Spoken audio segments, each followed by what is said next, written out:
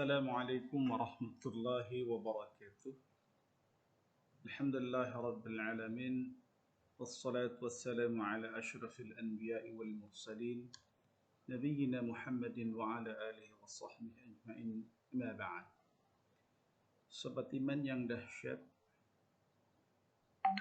takwa di dalam Al-Quran telah terangkan dalam beberapa tempat. Kata takwa menjadi kata kunci kemuliaan.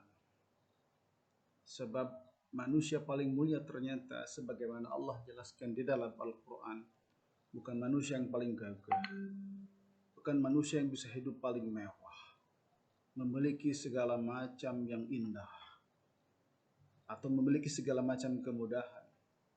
Tetapi kata kunci kemuliaan menurut Allah Subhanahu wa taala adalah takwa. Inna akramakum indallahi atqakum. Sesungguhnya orang yang paling mulia di antara kalian adalah orang yang paling bertakwa kepada Allah Subhanahu wa taala. Ada apa dengan takwa? Jika kita kupas banyak hal tentang takwa, mungkin membutuhkan waktu yang lama. Setidaknya Allah Subhanahu wa taala di dalam Al-Qur'an, persis di dalam surat At-Talaq, menjawab dan hendak memberikan jawaban kepada kita. Ada kenapa Allah Subhanahu wa taala menganggap bahwa takwa dan berbuat takwa bagi kita umat Islam itu menjadi penting. Yang pertama, Allah Subhanahu wa taala mengatakan, A'udzubillahi minasyaitonir rajim. Bismillahirrahmanirrahim. Wa may yattaqillaha yaj'al lahu makhraja.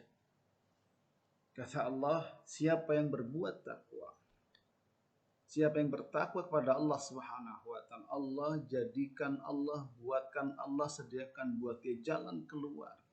Makhrajan. Kalau dalam bahasa Arab ini dalam bentuk nakirah, artinya umum. Jalan keluar dari apa saja. Kita sebagai manusia hidup dengan segala macam persoalan. Tidak ada satupun kita yang tidak dihadapkan dengan persoalan dengan segala macam keunikannya. Maka semua manusia membutuhkan jalan keluar.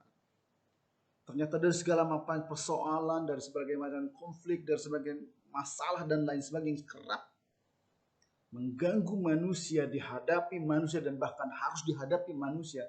Kata kuncinya, jalan keluarnya adalah takwa.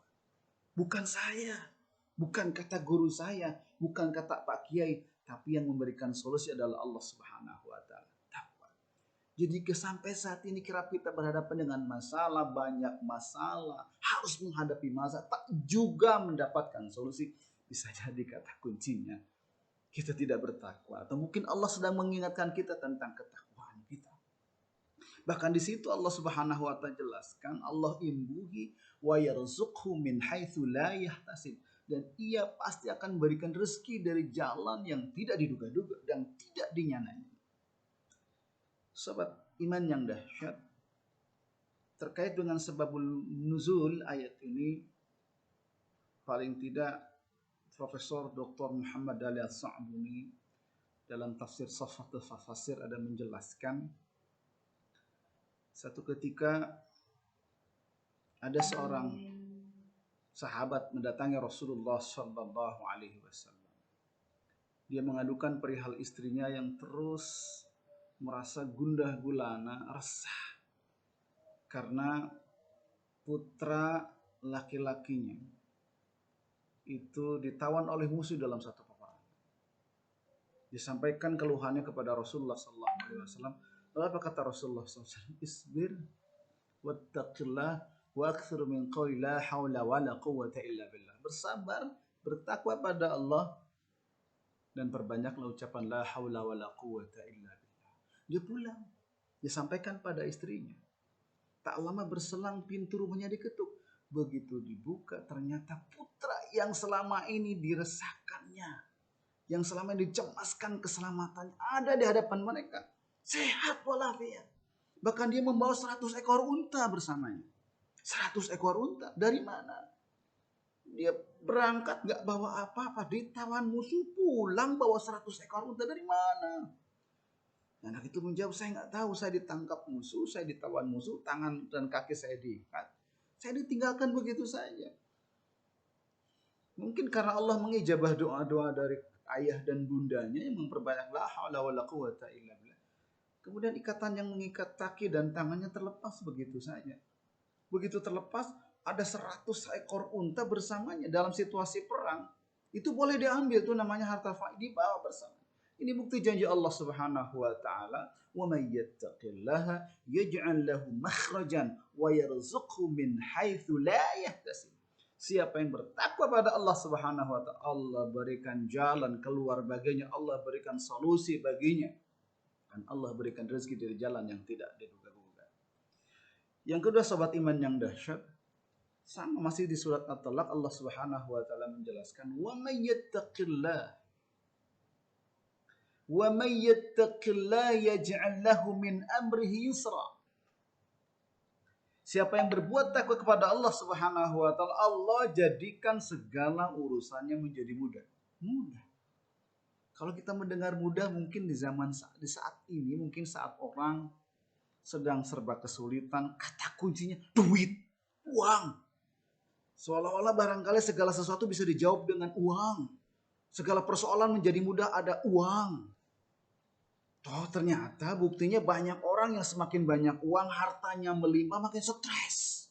Gak menjamin apa-apa ternyata. Kita melihat mungkin tukang pedagang kecil, mungkin kita bayangkan, saya lebih beruntung dari pedagang itu. Mungkin kita lebih berbahagia, bapak saya masih punya penghasilan tetap, rumah, punya mobil, ada motor, ada. Coba tukang dagang itu, tukang bajigur misalnya. Berapa penghasilannya, berapa kok? Karena kita selalu mengukur kebahagiaan orang, keberuntungan orang dengan uang. Kemudahan orang dengan uang. Sobat iman yang dahsyat, saya diingatkan pada sebuah cerita, kisah nyata dari sahabat saya. Kami sudah tak lama, sekitar 20 tahun tak berjumpa. Saya sebut saja Kang Abdullah di Bandung. Dia seorang dai kondang, doktor, punya anak 3. Dia bercerita, dia di Bandung, mimbar-mimbar besar rutin disambanginya, mengisi di berbagai kajian, di beberapa radio dan di stasiun radio dan lain sebagainya. Satu ketika Kang Abdullah ini diundang ke satu tempat di Bilangan Bogor. Mereka berangkat agak pagi-pagi, hendak memberikan tausiah di sana. Berangkatlah bersama rombongan dan belum sempat sarapan. Kemudian di jalan mereka berpikir kalau kita sempat sampai di tempat tujuan kemudian nunggu sarapan, kayaknya merepotkan tuan rumah, nggak enak. Sudahlah, kita melipir dulu, jalan ada tukang dagang apa saja, kita mampir saja. Kemudian dia melipir, di pinggir jalan itu ada tukang bajigur. Melipir, mereka pesan penganan yang disediakan tukang bajigur sambil menyeruput bajigur. Sambil menikmati penganan yang dijajakan tukang bajigur, Kang Abdullah ini menatap tukang bajigur dalam-dalam. Masya Allah, saya dokter, kurang apa anak saya 3. Ini tukang bajigur. Saya dokter, pendidikan lumayan tinggi, penghasilan ada. Semua orang mengenal sebagai dai. Mimbar-mimbar besar disambanginya. Beberapa stasiun radio dia sempat mengisi di sana. Banyak yang mengenal dia. Tukang bajigur. Saya menyekolahkan anak 3 saja repotnya minta ampun. Bagaimana dengan tukang bajigur? Dia sambil dan pelan-pelan Kang Abdullah ini menyambil tukang bajigur ini. Ngobrol, terjalinlah obrolan yang ringan. Kang, kumaha damang, alhamdulillah. Bagaimana dagangnya? Alhamdulillah, tanpa kelihatan keluh kesah sama sekali. Lalu mulailah Kang Abdullah ini bertanya, Kang, punya anak?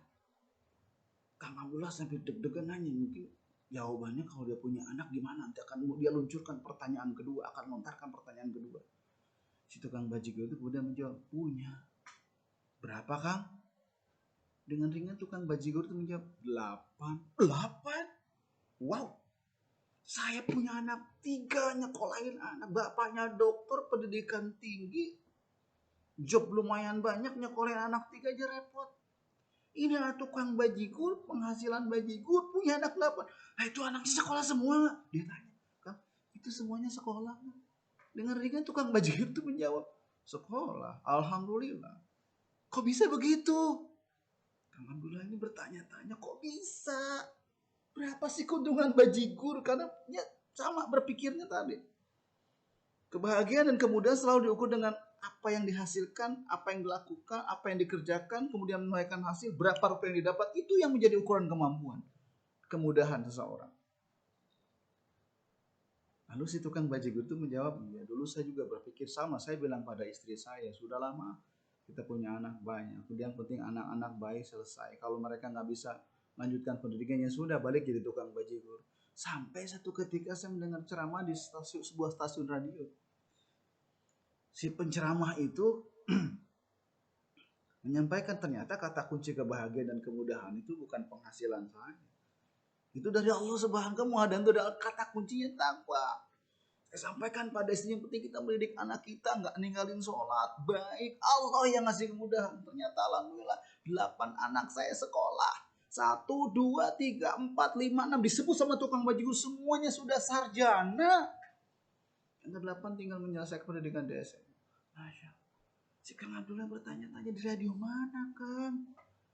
Siapa yang ceramah, kok kayaknya stasiun radio yang disebut oleh si tukang bajigur ini saya kenal. Dia sebut nama radio ini. Penceramahnya siapa? Nggak tahu tuh, yang penceramahnya sih namanya Ustadz Abdullah. Stasiun radio ini jam sekian, Ustadz Abdullah. Ya saya. Si tukang bajigur saat bertemu dengan Kang Abdullah ini nggak tahu kalau yang ceramah itu Kang Abdullah. Masya Allah. Kang Abdullah merasa diceramahi oleh tukang bajigur dengan ceramahnya sendiri. Masya Allah. وَمَنْ يَتَّقِ اللَّهَ يَجْعَلْ لَهُ مِنْ أَمْرِهِ يُسْرًا. Lalu yang ketiga, yang terakhir, Allah Subhanahu wa taala memberikan jawaban. Apa kata Allah? Allah Subhanahu wa taala, وَمَنْ يَتَّقِ اللَّهَ يُكَفِّرْ عَنْهُ سَيِّئَاتِهِ وَيُعْظِمْ لَهُ أَجْرًا. Ya mungkin yang kalau bertakwa berarti serba mudah. Bukan itu.